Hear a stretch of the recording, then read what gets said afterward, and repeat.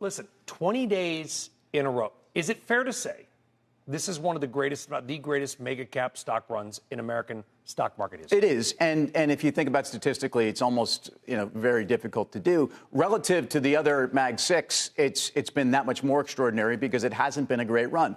It's also more extraordinary when you consider their CapEx announcement on 4Q wasn't something that in a world of post-DeepSeek and a world of where we are relying on Mark Zuckerberg, who in the past has talked about the year of efficiency, that 25 is the year all of these long-term initiatives come through and that actually you get follow-through from the dynamic, which really is, hey, we've invested in AI, Reality Labs. It all comes together, and it's all coming together with the stock price.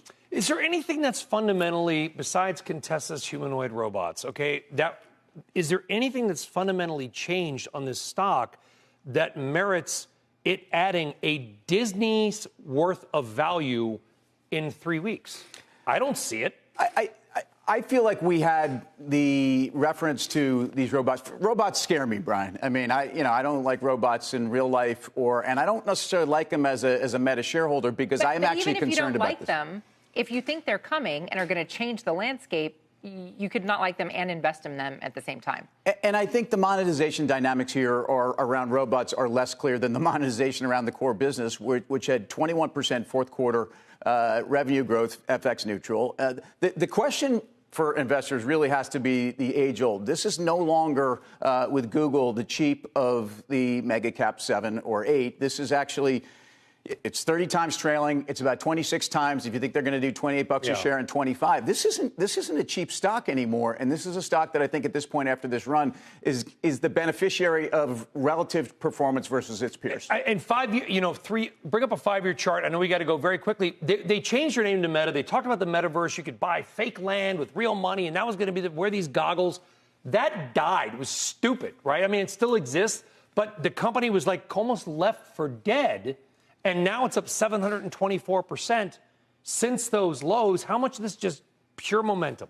Some of it's momentum. Again, some of it to me is there's been a crowding out within the rest of the Mag 7. I think it's relative value. But I do think that part of this move has been excitement around the spending on all of these initiatives coming together in 25. And I think this is priced in a lot. Okay, the S&P 500 is up 4% to start the year. It's not a bad start, really. Annualize that, it's doing okay. Okay, for 6 weeks. Nothing compared to what's happening around the world, and especially in Europe. You've got Poland up 23%, 17% in Sweden, Germany 15% just this year.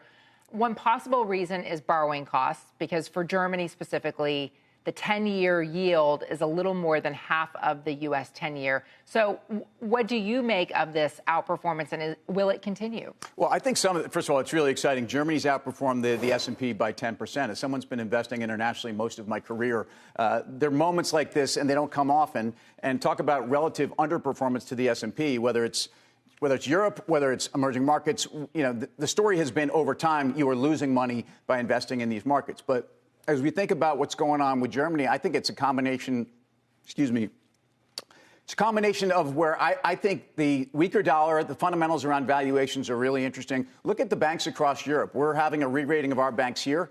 These banks are 30% cheap to U.S. banks. This is a case where I think the dividends they're paying out are more interesting, and I think it's a dividend story that's also part of it. It's almost like a Meta in a sense where, the first flight after COVID, I was pretty much on going to Europe, telling the story about how the European economic disaster is coming because of energy and all this other stuff.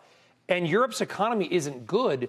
And maybe that's the point. The one thing about these European lessons I think that's important to take away, Tim, and if I'm wrong, I know you'll tell me, it's that this is a perfect example of how stock markets and economies are disconnected. Sometimes they're the same, sometimes they're not. Well, the dollar, if you think the dollar and rates have peaked, this is great for EU stocks. IDEVO is an international ETF I manage. We also have some exposure to China. BABA and Tencent, again, what's happening there? It's not that the macro in China is good, is that you've seen stories that have been re-rating around fundamentals, and I think sentiment got way too low.